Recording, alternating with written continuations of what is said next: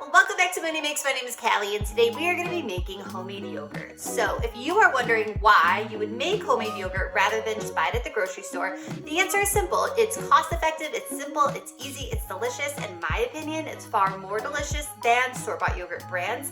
And homemade yogurt is kind of like the gift that keeps on giving. Once you make one batch, you can continue to make more homemade yogurt batches from the original batch. And it's just delicious, and I know you're going to love it. And like I said earlier, it is so incredibly simple. It's so much more simple than you would probably expect, and I know you're going to love it. So let's get right into it. But before we begin, as always, please remember to subscribe, like, share, chat in the comment section, and follow me on social media for more recipes and additional content. So all you are going to need is 2 ingredients. You are going to need some whole milk and a little bit of full-fat yogurt, plain yogurt. That's very important as well. So it might sound a little counterintuitive to use store-bought yogurt to make homemade yogurt, but the thing is after your first batch of homemade yogurt, you can use your batch to kind of make each batch going forward. So you only need to buy homemade yogurt once, and then after that, you are good to go.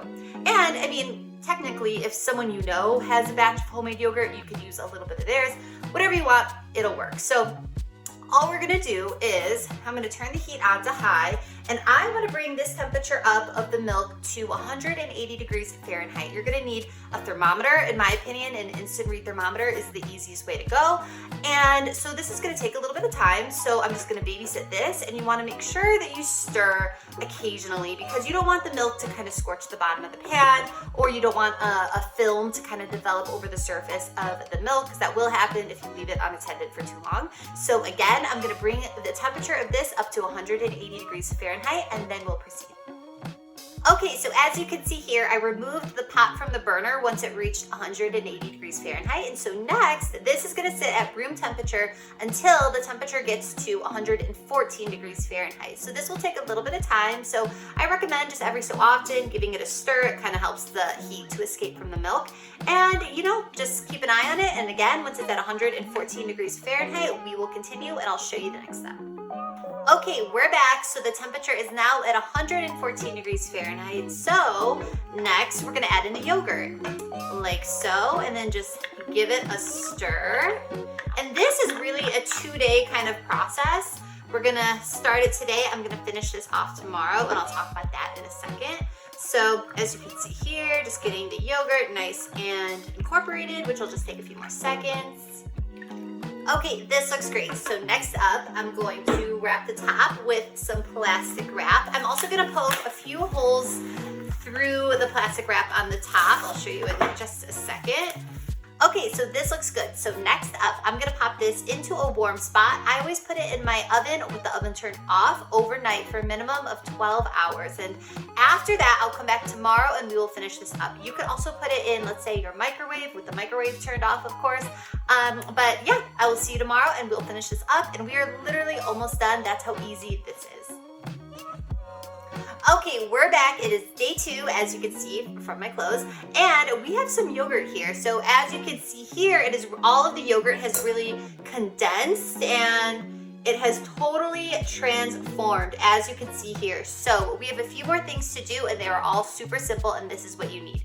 You have to get a fine sieve like this one here, cover it with some cheesecloth, and we need to strain this yogurt. This yogurt is going to be more kind of like a Greek yogurt.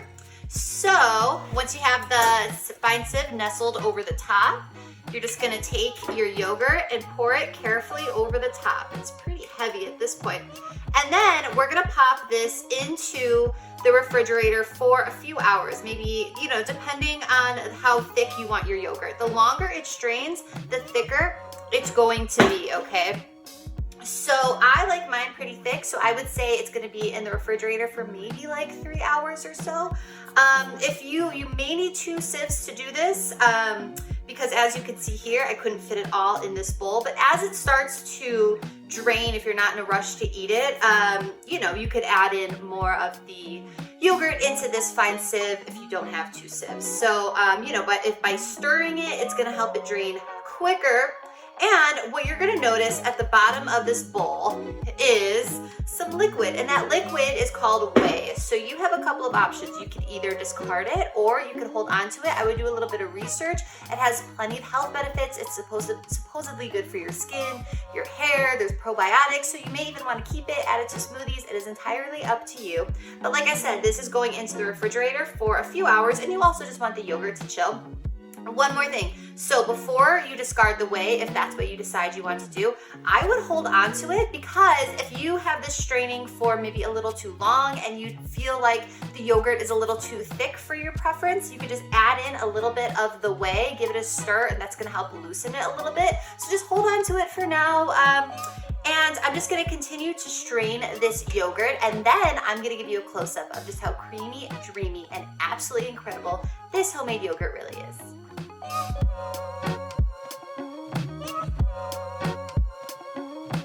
As always, for the full written recipe and instructions, head to my blog, MooneyMakesRecipes.com. I'll put the link for that in the description box below. Click on the link, the recipe will come right up, and make this homemade yogurt. I promise you're gonna love it, and let me know what you think, because I'd love to hear from you. Thank you so much, and see you next time. Bye-bye.